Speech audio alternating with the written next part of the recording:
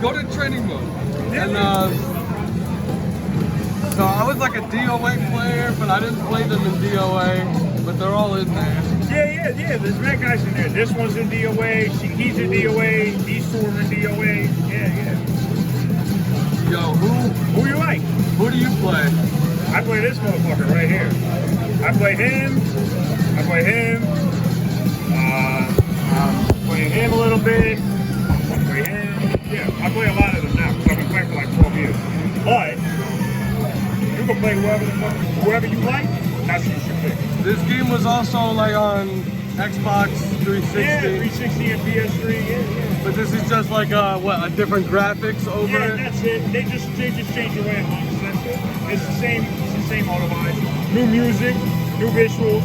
But if you have the old version, you can practice on that and then play on this. Oh yeah. You know, whatever.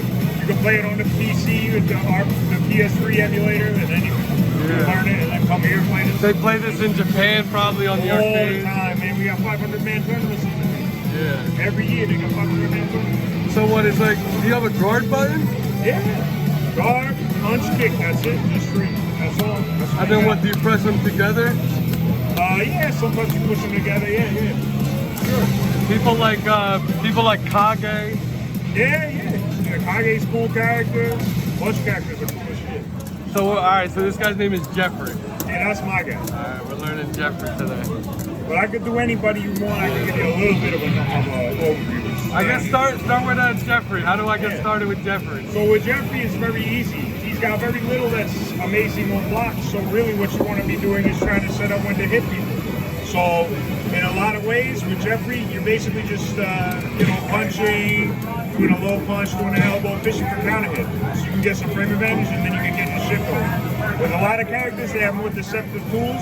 Jeffrey's very straightforward. He doesn't really have anything deceptive. So what he's really trying to do is set stuff up for them to get counter hit. Of course, if you get a counter hit, now I'm out of practice, so don't trust me so hard.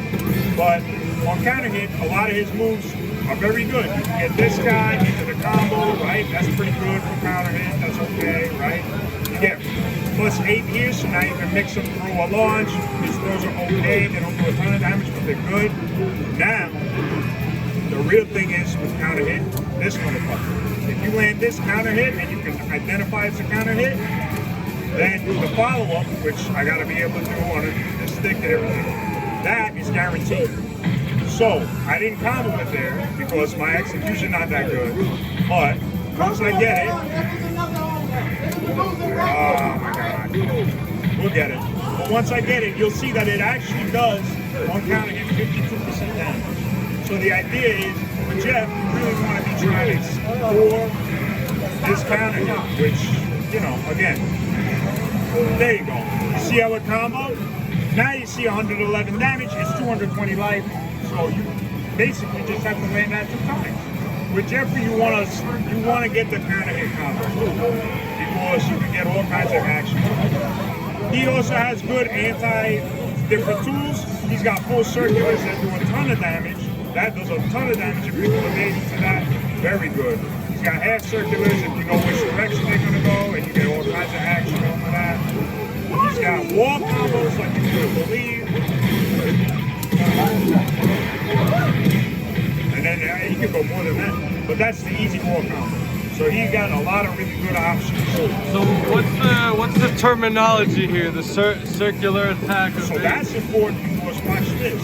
I'm gonna have the guy do a defensive move, which is what they call evades in this game. When I do a defensive move, you see how he can go around my move? Okay.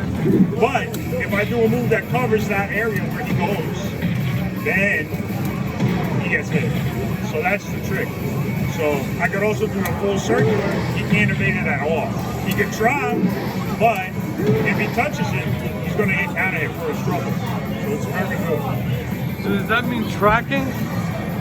It's a similar concept, but it's a little different. Okay, because I'm going to set something up to show you. So if you play Tekken, right, you're familiar with the concept of tracking. It's a little different. VF is a little more pure when it comes to evades. You evade or you don't evade. Half circular and full circular, you have to pick the direction to evade if you want to be able to do it. So it's not really going to work for you. Yeah, exactly. So it doesn't track so much as, you know, whatever, but there is tracking in this case. I'm going to show you. So I'm going to have to go do this full string. It's 3-piece string. I put a lot of delay on it. I'm going to evade, but watch this. Do you see how he turned to face me? Now he didn't turn to face me until the last hit. Why is that? It's because it depends on what you do. If I evade and I push a button, they'll immediately track. So during strings, every string is technically tracking if I push a button. So he can, if I push guard, he'll always turn to face me. Always. Even if I evade the first hit, he'll turn to face me. If I push back, he'll turn to face me. If I push forward, any direction, any input on my part, see I'm holding back, so I'm stuck to walk back, anything on my part, he's going to actually track. So tracking is a string property of the But I thought it was like, I guess you evaded it this way, and then... No, it doesn't matter at all.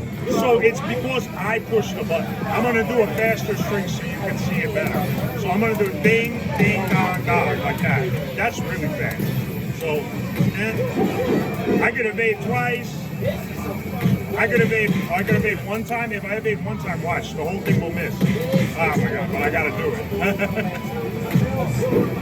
it. Yeah, so everything will evade, right? So I evade everything until the end because he waits so long. You know, that's why it reorients. But if I push a button, I'm going to push a button after I evade the first hit. The second hit's going to hit me. See? Even though I pushed the button, now it hit me.